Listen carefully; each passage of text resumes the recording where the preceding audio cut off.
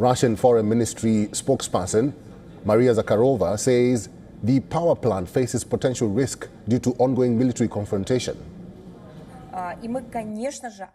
In this context of US and Israeli strikes on Iranian infrastructure, including nuclear facilities, we pay particular attention to the situation around the Bushehr nuclear power plant.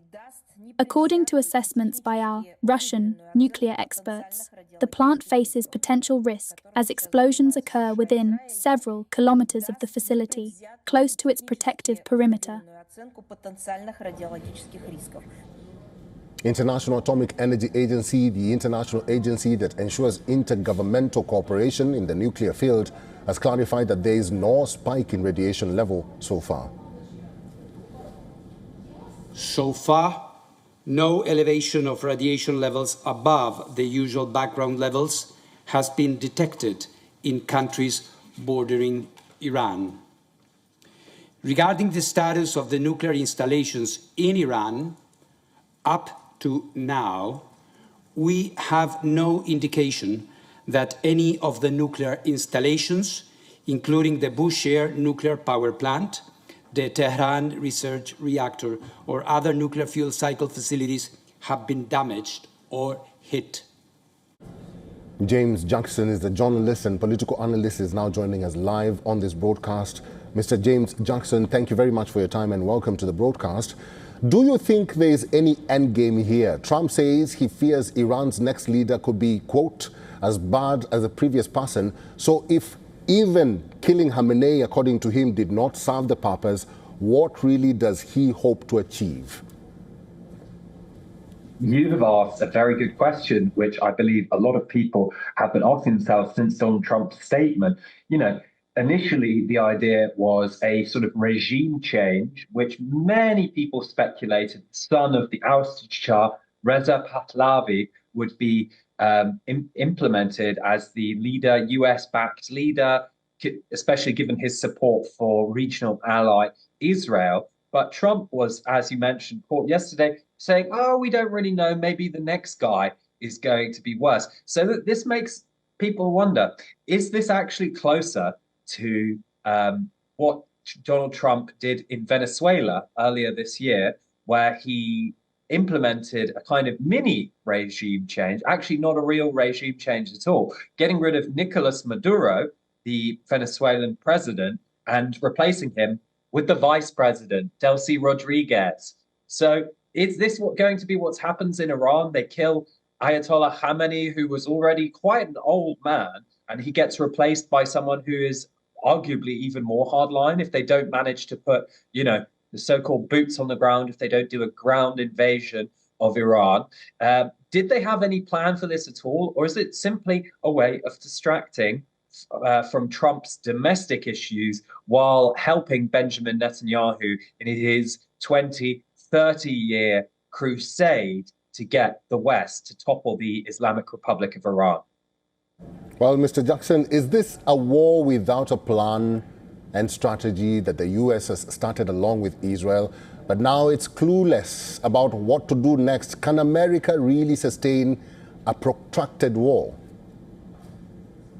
That's a very fair question. I think America probably can sustain a protracted war in terms of its military firepower. We are talking, of course, about by far the largest military in the world. And as it stands, all they seem to have lost is lots of missiles. But American public opinion may play a role here, with reportedly 60% of Americans against this war, many of whom seem to come from Trump's own internal coalition, domestic coalition, because you have to remember, Trump has claimed to be many times the peace president. He's bragged about stopping wars between Armenia and Azerbaijan, his word, meaning Azerbaijan.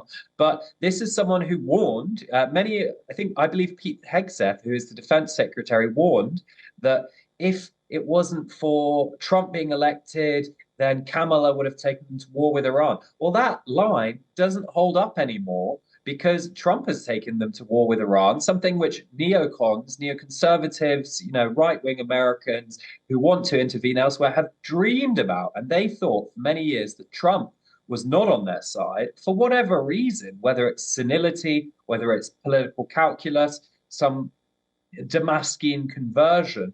He seems to have been convinced that the most important thing that he can do is use his political capital as a lame duck president to move back and put troops on the ground in Iran, quite possibly. So there seems to be absolutely no plan that anyone's seen from the United States. I would wager that Israel has a pretty serious plan. You know, there's been reporting in the Financial Times that they planned the assassination strike against Khamenei for 2 years by hacking the entire CCTV traffic camera network of Iran. Their intelligence seems to be excellent. The question is the US's? Are they being led around? Is it the tail wagging the dog, as we sometimes say? Mr. Jackson, finally, what can the Iranians do at this moment? Because Trump and Netanyahu are telling the Iranians to go out on the streets and topple their government. And now we hear that Mojtaba Khamenei could replace his father.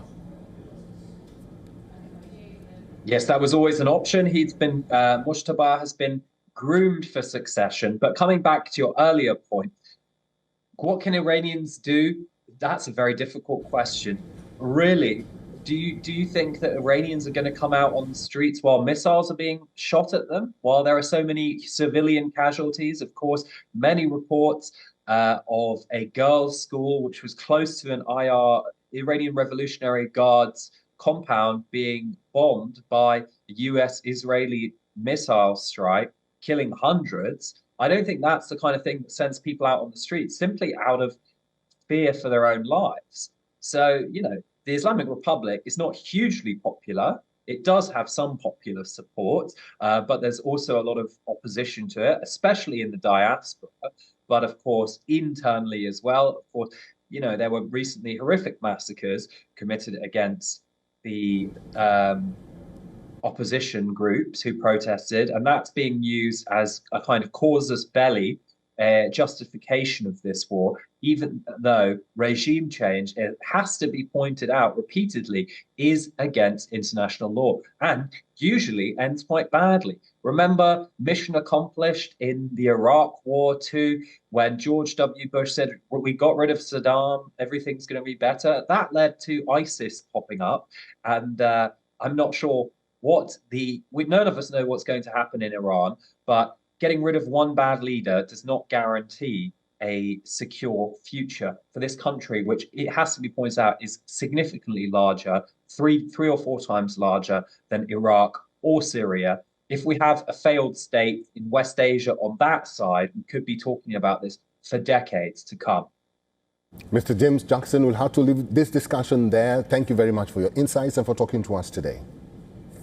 Thank you.